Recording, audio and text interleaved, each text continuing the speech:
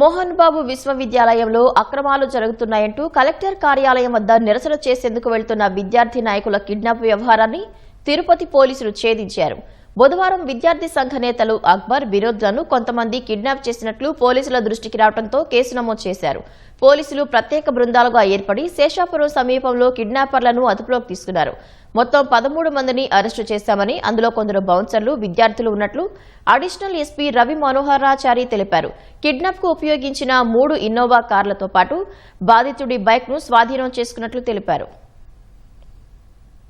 ఫీజుల అక్రమ వసూళ్లపై ఇస్తున్నట్టు ఫిర్యాదు ఇవ్వడానికి ఈ విద్యార్థి సంఘాల నాయకులు కలెక్టరేట్కు పోతూ ఉంటే సుమారు ఉదయం 11:30 గంటల సమయంలో కొంతమంది వ్యక్తులు వచ్చి ఇన్నోవా కారులో వచ్చి విద్యార్థి సంఘ నాయకులైనటువంటి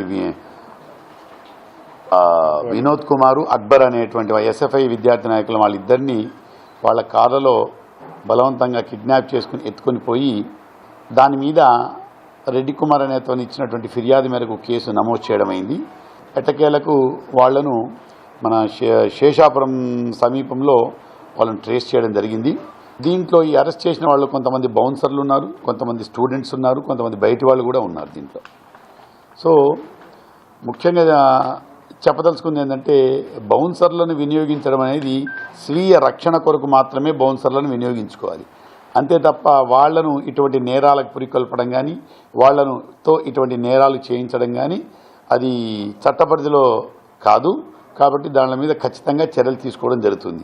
తదుపరి దర్యాప్తు ఉంది. ఇంకా కొంతమంది పరారీలో కూడా ఉన్నారు.